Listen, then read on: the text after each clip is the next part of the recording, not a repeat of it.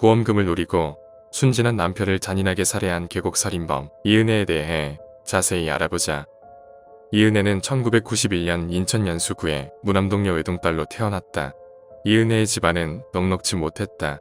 국가 보조금으로 생계를 이어가는 가난한 장애인 부부의 슬하에서 자랐고 아직 어린 초등학생 시절까지는 부모와 함께 평범하게 살았으나 주변인들의 증언에 의하면 중학생 때부터 가출과 성매매 등의 일탈을 일삼아 왔다고 한다. 경찰 기록을 바탕으로 확인된 그녀의 첫 범죄는 만 15세 때인 2006년 7월 친구와 함께 남성으로부터 16만원을 받고 원조교제를 하여 청소년보호법을 위반한 혐의로 적발된 것이었다. 이은혜는 이후에도 2009년 5월 특수절도 및 절도 혐의로 구속되어 재판에 넘겨졌다. 2008년부터 2009년 초까지 인천에서 수차례에 걸쳐 조건 만남을 미끼로 남성들을 모텔로 유인한 후 남성이 씻는 사이 물건을 훔쳐 달아나는 범행을 반복했다. 일부 범행은 또래 친구들과 함께 저질렀지만 대부분의 범행은 모두 단독 실행할 정도로 겁이 없었다. 2009년 5월 소년부로 송치되어 같은 해 6월 법원에서 소년보호 처분을 받았다. 현재는 그 기록이 13년이 지나 폐기되어 당시 이은혜가 정확히 어떤 처분을 받았는지는 확인할 수 없다고 한다. 2010년 당시 19세의 나이에 혼전 임신을 하게 된다. 그녀는 임신 중에도 나이트클럽에 갔다가 다른 손님들과 시비가 붙어 폭행 혐의로 경찰 조사를 받는 등의 기행을 일삼았다. 2011년 1월 딸을 출산했고 아이 아빠는 2010년 인천광역시 미추홀구 석바위 사거리에서 교통사고로 죽었다고 알려져 있다. 정확한 사고 기록이 남아있지 않아 사인은 불분명하지만 고인이 된 것은 확실하다고 한다. 2014년에는 사실혼 관계였던 남자친구 이모 씨와 약혼한 뒤 결혼을 앞두고 태국 파타야에 여행을 갔으나 그곳에서 이모 씨가 스노클링 사고로 의문사했다. 당시 부검 결과에서는 익사로 판정되었고 소량의 알코올이 검출된 것으로 알려졌다. 당시 이모 씨의 휴대전화는 유가족들이 발견하지 못하였고 보험금은 유족들이 받아서 이은혜가 수령하지 못한 것으로 밝혀졌다. 2016년 무렵 계곡살인 피해자 고 윤상엽 씨를 만났고 2017년 3월 혼인신고를 한다. 이 둘은 이은혜의 딸을 함께 키우기로 하는데 당시 아이의 친부는 사망한 상태였던지라 따로 동의는 받을 필요가 없었다고 한다. 이은혜는 자신의 남편인 고 윤상엽 씨를 살해하는 데 성공했지만 가평계곡에서의 시도가 처음이 아닌 것이 더 충격을 주었다. 2018년 6월 배우자의 자가용 타이어를 고의로 펑크낸 정황이 발견되었다. 2019년 2월 배우자의 생명보험금 8억 원을 수령할 목적으로 테트로도톡신을 넣은 음식을 먹여 살해를 시도했으나 치사량 미달로 미수에 그쳤다. 양식 보거를 사용했다가 독성이 약해 미수에 그친 것으로 추정된다고 한다.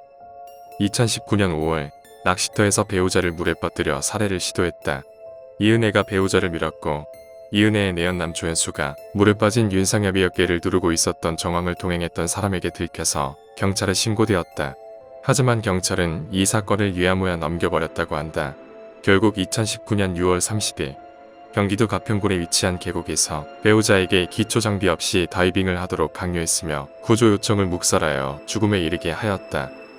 2022년 4월 16일 이은혜는 경기도 고양시 소재의 한 오피스텔에서 공범인 내연남 조현수와 함께 경찰에게 체포되었다.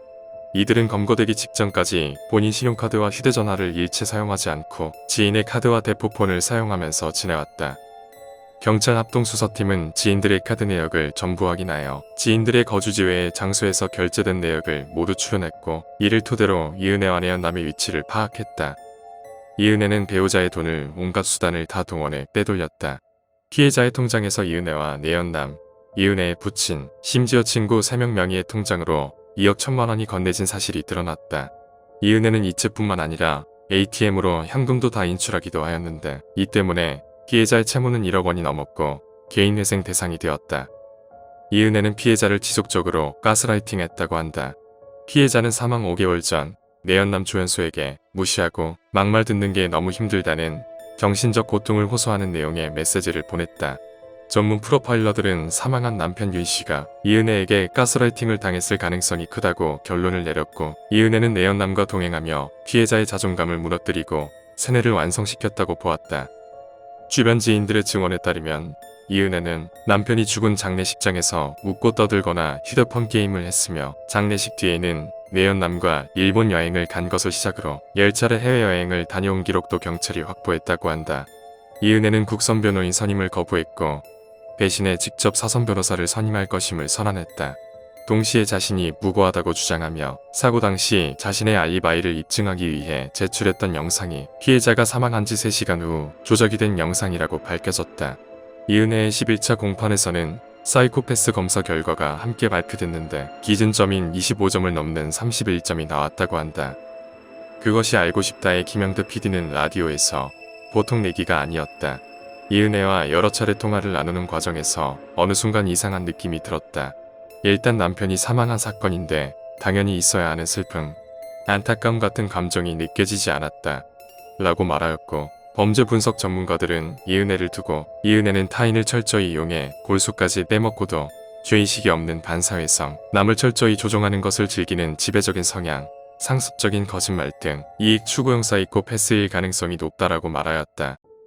이은혜는 결국 2022년 10월 27일 무기징역을 선고받았고 내연남 조연수는 징역 30년을 선고받게 되었다. 하지만 이은혜와 조연수 측은 항소할 뜻을 밝혀 여론의 질타를 받고 있다고 한다.